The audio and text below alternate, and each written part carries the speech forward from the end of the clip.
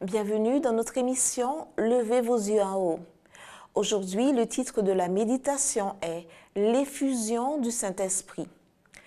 Tout à coup, il vint du ciel un bruit comme celui de vent impétueux, et il remplit toute la maison où ils étaient assis, et ils furent tous remplis du Saint-Esprit. Acte 2, versets 2 à 4.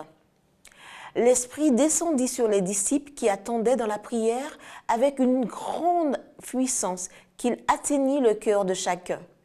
Celui qui est infini se révélait avec puissance à son Église.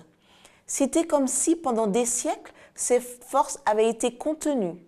Maintenant, le ciel se plaisait à déverser sur les croyants les richesses de la grâce de l'Esprit. L'effusion de l'Esprit au jour des apôtres était la pluie de la première saison, dont les résultats furent glorieux. Mais la pluie de l'arrière-saison sera beaucoup plus abondante. Ainsi, jusqu'à la fin des temps, la présence de l'Esprit demeurera dans la véritable Église.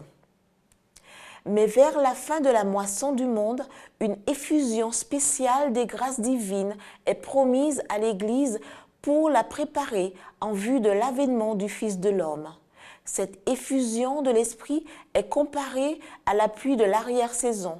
C'est pour l'obtenir que les chrétiens doivent adresser leurs requêtes au maître de la moisson et demander à l'Éternel la pluie du printemps. L'Éternel produira des éclairs et il vous enverra une abondante pluie.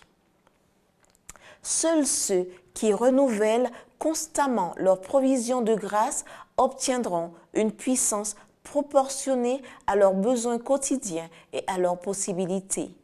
Au lieu d'espérer en des temps futurs qui, par un don particulier de l'Esprit, leur accorderait un pouvoir merveilleux pour gagner des âmes, qu'ils s'abandonnent chaque jour au Seigneur qui en fera des vases destinés à son service. Ils profiteront jour après jour des occasions qui se présentent pour servir Dieu. Jour après jour, ils témoigneront pour le Maître, où qu'ils se trouvent, soit dans l'humble cercle de leur foyer, soit publiquement. C'était notre émission « Levez vos yeux en haut ».